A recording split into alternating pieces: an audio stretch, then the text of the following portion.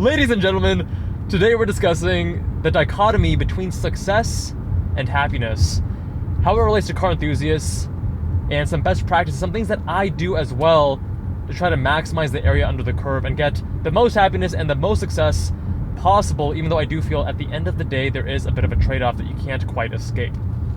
So, let's start with a very simple example with cars.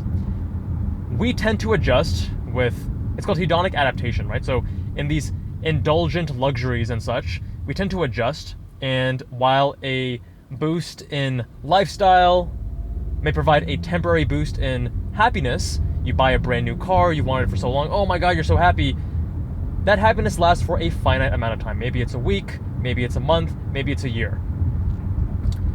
But ultimately, you adjust to that.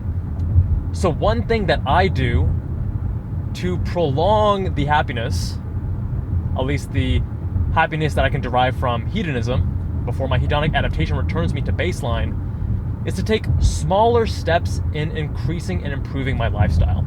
And this is something that I think would benefit a lot of people. There's very little downside to this, really. But let me give you some examples. When it came to cars, right? I had a really, really good year business-wise in 2020. And I was considering buying a Porsche Cayman GT4 at the time to start tracking. Luckily, I had a friend who said, Kevin, just track your FRS, get good at that, and then step up from there. Don't jump straight to a Cayman GT4 because it's going to actually stunt your development. And I'm very glad I listened to his advice. In fact, after the FRS, I upgraded to a GR86. It is an upgrade, but it's not a huge step compared to going to a Porsche GT car, right? And now my daily driver is a Mazda CX-50. So the comfort in this is substantially higher than my GR86, and the comfort in my GR86 is substantially higher than my FRS. And whether it's comfort, performance, etc., I am finding things I love about each of these vehicles as I step up. So this is my daily driver. The GR86 is my track toy and weekend joyride car. Now I'm getting a Lotus Emira. So now I'm going to have another step up. That's actually probably a bigger step from FRS to GR86. GR86 to Emira is a larger step. But there's utility in taking these smaller steps as you increase your ability to afford nicer and nicer cars. You don't want to just jump to the maximum you can afford, because you'll adjust to that, and now anything below that, you start from Honda Civic, you go to Ferrari, now anything less than a 200k Ferrari is just disappointing. Because again, hedonic adaptation, we adjust. I've done this exact same thing with travel. I used to get the cheapest hotels possible, ideally less than $100, and then eventually I stepped up to $150 or less, then $200 or less, and now I'm indulging in more luxurious experiences because I've done that stepwise progression, and I can appreciate each step much more so versus going from 0 to 100. Same thing with travel. I'm going to be taking my first business class ticket internationally, first time I'm ever flying business class internationally, next year. And eventually, I'll do more and more business, and then eventually I'll step up to first class as well. But I'm not going from economy to first class. You go economy, premium economy, business, first class, and that prolongs the enjoyment you'll derive. What you'll notice here is a thread of comparison. We're comparing our current state to the previous state. And if it's going up, we're going to be happy. If it's going down, we're going to be unhappy. It's very hard to escape this reality of human nature unless you're a Buddhist monk and you practice that very diligently. But this also applies to status. Why are humans today not necessarily any happier despite a much higher quality of life compared to hundreds of years ago? Because we're not comparing ourselves to those from hundreds of years ago. We're comparing ourselves to our neighbors, to the people around us, to the people that we see on social media. Humans are status-seeking machines. We cannot escape, again, unless you're a monk, we cannot escape the natural tendency to compare ourselves to others and seek status, whether that's money, whether that's social media followers, whether that's your gaming ranking in Call of Duty, whatever it is, we choose something to assign status to, and we compete on that, and we measure our own self-worth and the worth of other people based on that. It's not healthy, there's a lot of issues with that, but if you're aware of this, you can then be more deliberate with how you approach it. In recent years, thanks to the woke movement, competition has gotten a bad rap. At these Little League games, everyone gets a trophy, and competition is bad because some people feel like winners and some people feel like losers. I've even had a friend who told me, Kevin, you're too competitive and it's not a healthy thing. It's actually better to not care about competition. To which I countered and I said, hey, competition is a natural thing. Some people are more competitive than others. And at the end of the day, competition allows us to push ourselves much further than we otherwise could. We become higher achievers, higher performers in whatever it is, whether it's academics or your business or driving or whatever, because of competition. Without competition, we wouldn't push ourselves nearly as hard. But sometimes if we have negative self-talk or we're not aware of how we're comparing ourselves to others, it can really eat away at our mental health. It can reduce our own feelings of, well-being and our self-esteem and things like that. So, knowing this, if you want to be successful, what they say is hang around with people who are more successful than you. But if you want to be happy, hang around those who are less successful than you. Because you'll be happy, you won't be pushed by negativity and feelings of insufficiency. You'll be more content with a lower level of success.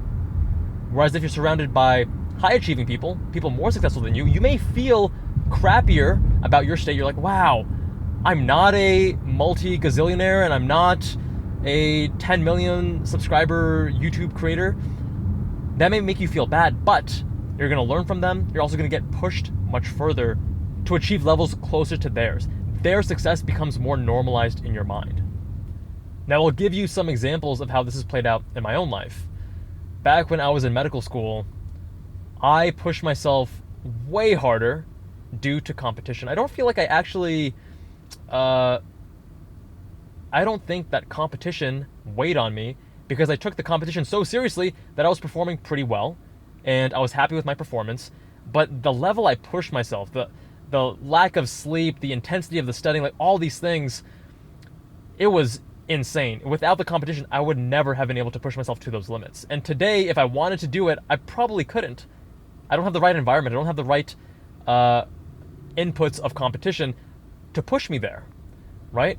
But I actually found it very meaningful and I derived a lot of happiness from that period of my life because I was able to see what I was made of. And it was this time of self-discovery, and I was able to build some confidence and understand that I can do much more than I initially thought possible.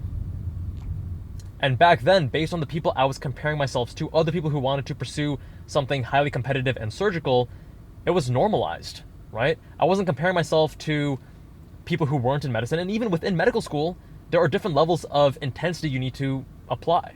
If you're going into plastic surgery, that's going to be a different level of intensity versus something like family medicine. There's no right or wrong here, but I wasn't comparing myself to my friend, who I'm actually going to be hanging out with very shortly, who went into family medicine and ultimately sports medicine. Awesome guy, love him, but he had a much more focus on balance in life. If I was comparing myself to him, I would probably have a better balanced life, actually, almost certainly at the time, but I also wouldn't have pushed myself to the same degree. But in other areas of my life, I realized I need to dial back competition because it's not serving me. One example is fitness. And I have taken fitness to varying levels of intensity and dedication and prioritization over the last, since I was a late teenager. Actually, no, since I was in high school, when I was 16 years old. And there were periods in college where I got really into powerlifting, got a lot of strength, gained a lot of mass. There were periods in the last few years where I'm focusing much more on a well-rounded focus on fitness. But when I would compare myself to other people who were following the same routine, who were also doing, counting their macros, etc., I wasn't achieving the same results. So then a few years ago, I was like, you know what? I am finally going to handle this. And I hired a coach. And since then, it's been, 4 years. I've gone through 3 separate coaches. And the current one fits my needs best because he focuses on not just strength training and mass, but also cardio fitness with cycling, and also mobility and working around injuries and functionality and things like that. So with these 3 coaches, they've all been surprised how hard it is for me to gain muscle. Oh, no worries, I know what it's going to be. We tested my sleep, my nutrition, my macros and total calories as well, making sure I'm getting enough protein too. My exercise intensity, my volume, and we even went to hormones, right? We started doing hormone testing, looking at my testosterone. Turns out my testosterone, by the way, is actually very high for my age. And side note, if you work with some TRT companies, they may make you think your testosterone level is lower than it really is. Very spicy video coming out on my personal channel, Kevin Jubbal MD, which you can find linked in the description. It'll be out in a few weeks. And I hope you guys can protect yourselves, because I know a lot of young guys are getting taken advantage of, and it's not okay. With most of these other things, I could at least feel good that the results I was getting were at least commensurate with the efforts I was putting in. And long story short, I found that comparing myself to others, all of our bodies are built differently, and for whatever reason, my genetic makeup or whatever, it's just a lot harder for me to achieve certain results. I had to dial back my expectations and say, you know what? My priority is no longer these objective metrics of a certain body weight and a certain body fat percentage, but instead, I'm going to have goals that are now more based on my inputs. Am I able to achieve a certain level of consistency with my workouts? Am I able to achieve a certain level of strength gain? Am I able to achieve a certain level of cardiorespiratory fitness improvement as measured by my VO2 max, etc., etc.? But I'm not going to focus on physique as much, as an example. But my friends, I'm curious to know, where do you find competition pushing you to achieve more? Where do you find it holding you back? Or where do you deliberately pull back your focus on competition to focus on maybe your satisfaction, your mental health, etc.? Let me know with a comment down below. Much love, my friends, and I'll see you all in the next one.